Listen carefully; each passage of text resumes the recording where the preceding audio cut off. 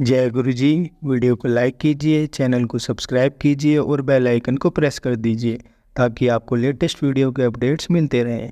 आज मैं आपके साथ जो सत्संग शेयर करूंगा वो सचिन पावा अंकल जी का है और अंकल जी दिल्ली से हैं। चलिए आज का ये सत्संग हम अंकल जी की जुबानी ही हम सब सुनते हैं। बहुत ही अच्छा सत्संग शेयर करा है अंकल जी ने। जैसे अंकल जी ने सत्संग हमारे साथ शेयर करा है वैसे ही आप सबके साथ इस सत्संग के माध्यम से आज मैं साझा करूँगा। इसलिए आप सब संगत सत्संग के अंत तक बने रहना और सत्संग को बहुत ध्यान से सुनना और सत्संग को बीच में ना छोड़े, क्योंकि सत्संग सुनने वाले का भी कल्याण होता है और सत्संग करने वाले का भी। और हो सकता है जो आप आज सत्संग सुने उससे आपको भी अपने कई सवालों के जवाब आज आपको मिल जाए। चलिए सत्संग शुरू करते हैं। जय गुरु जी। नए भक्त तैराक की भांति हो सकते हैं। इससे पहले कि वह स्वयं प्रयास करें, वह किसी और को समुद्र पार करते हुए देखना चाहते हैं। इसके विपरीत गुरुजी भक्तों के लेकिन किंतु परंतु करते हुए भी उनमें आस्था और विश्वास की जागृति करने में सहायता करते हैं। श्री सचिन पावा के मन में गुरुजी के सत्संग सुनने का प्रसाद भी क्षण बना हुआ था। उन्होंने गुरुजी की परीक्षा के लिए अपना नियम बनाया। वह दिल्ली के सैनिक फार्म क्षेत्र में अपना घर बनाना चाह रहे थे। वहाँ पर वर्षों से सब निर्माण कार्य बंद थे और मुख्य प्रवेश द्वार पर पुलिस का पहरा रहता था। जब वह यह सब करना चाह रहे थे उनके पास आवश्यक धनराशि भी नहीं थी। अपार बाधाओं के होते हुए उनके घर का निर्माण पूरा हो गया। कर्जदार जो अब तक धन के बारे में बात नहीं करना चाहते थे उनके घर पर आकर पैसा लुटा कर गए। थोड़े ही समय में सचिन गुरुजी के चरणों में थे। सचिन की सगाई हुई 2 वर्ष हो गए थे। विवाह किसी न किसी कारण से स्थगित हो रहा था। धन का अभाव या पारिवारिक परिस्थितियों आदि आदि उन्होंने गुरुजी से विनती करी। 2 माह में ही विवाह अत्यंत धूमधाम से संपन्न हुआ। सचिन की कामनाएं गुरुजी से एक शब्द कहे बिना ही पूर्ण हो गई। यही उनकी मेहर, उनकी कृपा है। जय गुरु जी। संगत जी, अब हम गगन अंकल जी का सत्संग सुनेंगे। गगन को दर्द की समस्या थी। वह जब भी शौचालय जाता था उसके पेट में तीव्र दर्द होता था। डॉक्टर ने उसे अल्ट्रासाउंड करवाने को कहा, परंतु अल्ट्रासाउंड करवाने से पहले ही उसकी पत्नी उसे उसके माता पिता के साथ बड़े मंदिर दर्शन के लिए ले गई। परिवार को पता चला था कि लंगर खाने से तन और मन स्वस्थ हो जाते हैं, परंतु गगन को इस पर विश्वास नहीं था। उसने परिवार के साथ दर्शन किए और लंगर करके मंदिर से बाहर आ गया। वह लोग बहुत दूर नहीं जा पाए थे कि गगन को उल्टी आ गई। उसने सोचा कि जब वह लंगर भी नहीं बचा पाया तो उसका शरीर कैसे स्वस्थ बनेगा। उसकी पत्नी अचानक बोली, उल्टी से उसके शरीर से सारा रोग बाहर निकल गया। उसकी पत्नी ने शायद गगन के मन में आए हुए विचार का उत्तर दिया था। घर वापस आकर जब गगन शौचालय गया तो उसने अनुभव किया कि अब उसे बिल्कुल भी दर्द नहीं हुआ था। उसे अभी भी संदेह था कि क्या वह वास्तव में ठीक हो गया है। अगले दिन सुबह भी उसे दर्द नहीं हुआ और उसके बाद उसे कभी भी दर्द नहीं हुआ। गगन को अब विश्वास है कि यह सब गुरुजी के लंगर का ही चमत्कार है। जय गुरु जी। संगत जी, आज हम अध्याय 2 और 3 आप सबको सुनाएंगे। श्री सोनकन जी ने कहा, महाभाग शुद्ध जी, आप धन्य हैं, परमार्थ हैं, तथ्य के ज्ञाता हैं। आपने कृपा करके हम लोगों को यह दिव्य कथा सुनाई है। बुटल पर इस कथा के समान कल्याण का सर्वश्रेष्ठ साधन दूसरा कोई नहीं है। यह बात आज हमने आपकी कृपा से निश्चयपूर्वक समझ ली।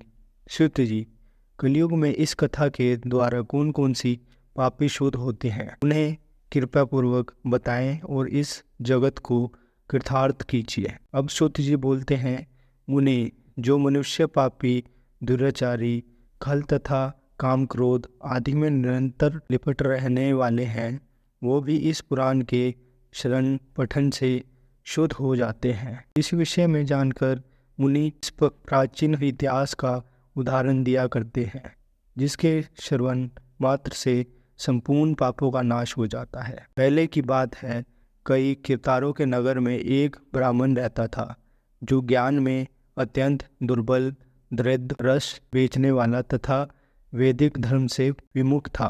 वह स्नान संध्या आदि कर्मों से भ्रष्ट हो गया था। ये बेशथा वृत्ति में तत्पर रहता था। उसका नाम था देवराज। वह अपने ऊपर विश्वास करने वाले लोगों को ठगा करता था। उसने ब्राह्मणों स्त्रियों, वेश्यों, शुद्धि तथा दूसरों को भी अपने वाहनों से मारकर उन सबका धन हड़प लिया था।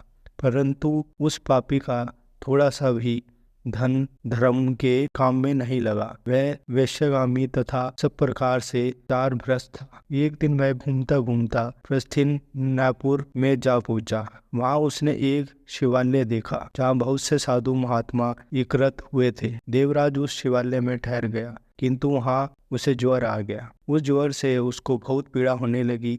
वहाँ एक ब्राह्मण देवता शिव पुराण की कथा सुना रहे थे। ज्वर में पड़ा हुआ देवराज ब्राह्मण के मुखारविंद से निकली हुई उस शिव कथा को निरंतर सुनता रहा। 1 मास के बाद वह ज्वर से अत्यंत पीड़ित होकर चल बसा। यमराज के दूत आए और उसे पाशों में बांधकर बलपूर्वक यमपुरी में ले गए। इतने में ही शिवलोक से भगवान शिव के पार्ष दंडगण आ गए। उनके गोर अंग कपूर के समान उज्जवल थे, हाथ त्रिशूल से सुशोभित हो रहे थे। उनके संपूर्ण अंग भस्म से चमक रहे थे और रुद्राक्ष की मालाएं उनके शरीर की शोभा बढ़ा रही थी। वे सब के सब क्रोधपूर्वक यमपुरी गए। वे यमराज के दूतों को मार पीट कर बार बार धमकाकर उन्होंने देवराज को उनके चुंगल से छुड़ा लिया और अत्यंत अद्भुत विमान पर बिठाकर जब वे शिवदूत के लाश जाने को उद्यत हुए, उस समय यमपुरी में भारी कोलाहल मच गया। उस कोलाहल को सुनकर धर्मराज अपने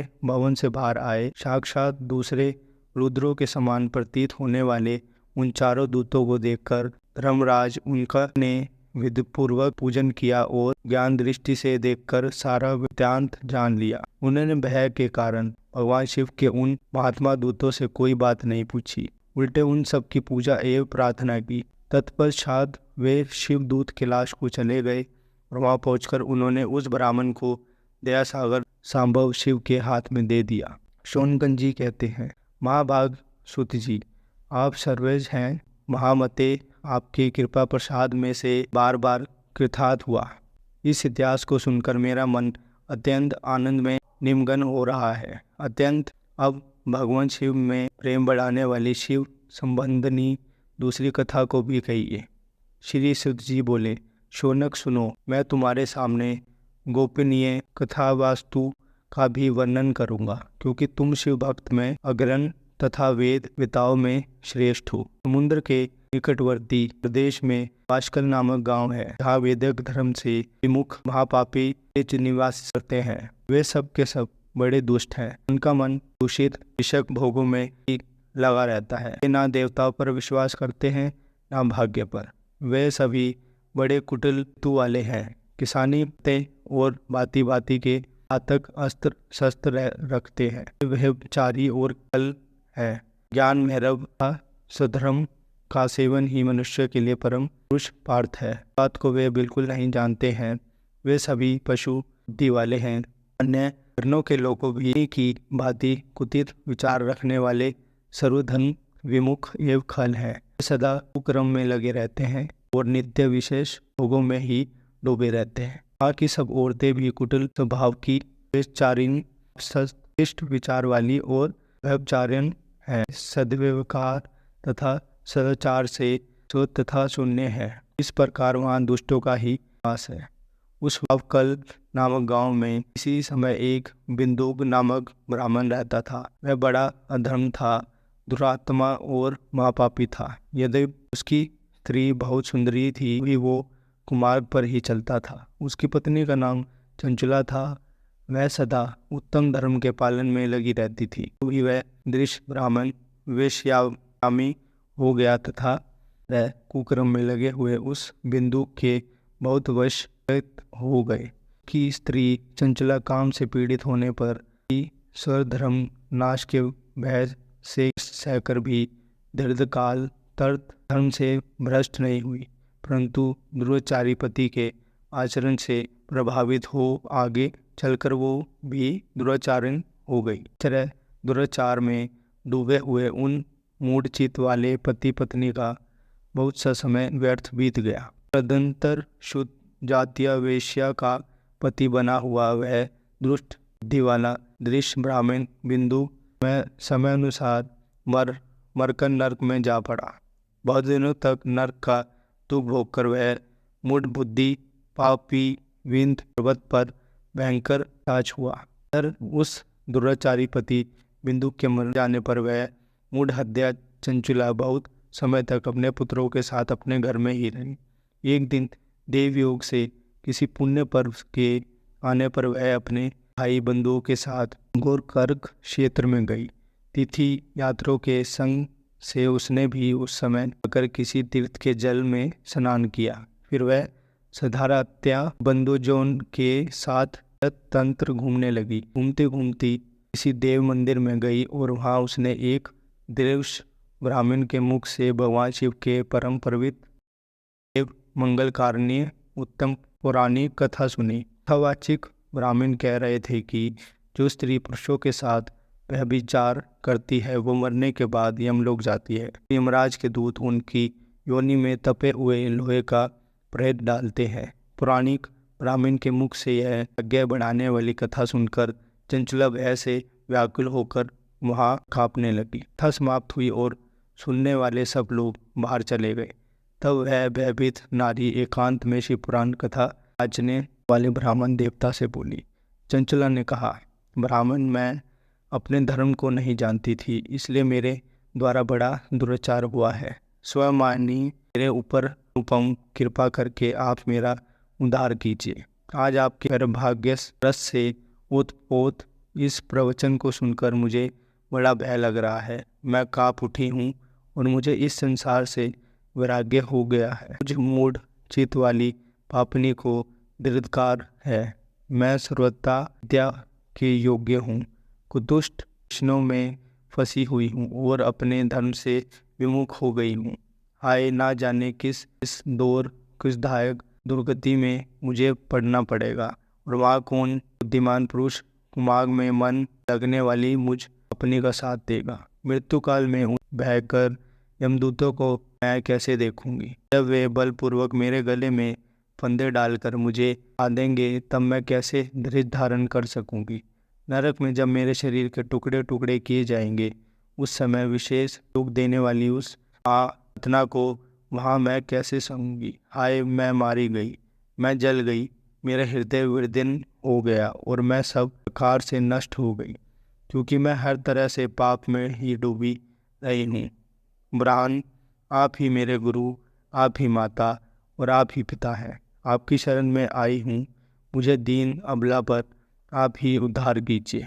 अब शुद्ध जी कहते हैं, शौनक, इस प्रकार खेद और वैराग्य से युक्त चंचुला ब्राह्मण देवता के चरणों में गिर गई। तब उन बुद्धिमान ब्राह्मण ने उसे कृपापूर्वक उठाया और इस प्रकार कहा। संगत जी, आज का दूसरा और तीसरा अध्याय यहीं ख़त्म होता है। आप सबके साथ हम चौथा अध्याय कल के सत्संग में शेयर करेंगे। जय गुरु जी। संगत जी, अगर आपको आज का सत्संग अच्छा लगा हो तो आप इस सत्संग को और संगत के साथ जरूर साझा करें, जिससे वो भी महाराज का दिव्य आशीर्वाद प्राप्त कर पाए। जय गुरु जी। शुक्राना गुरु जी।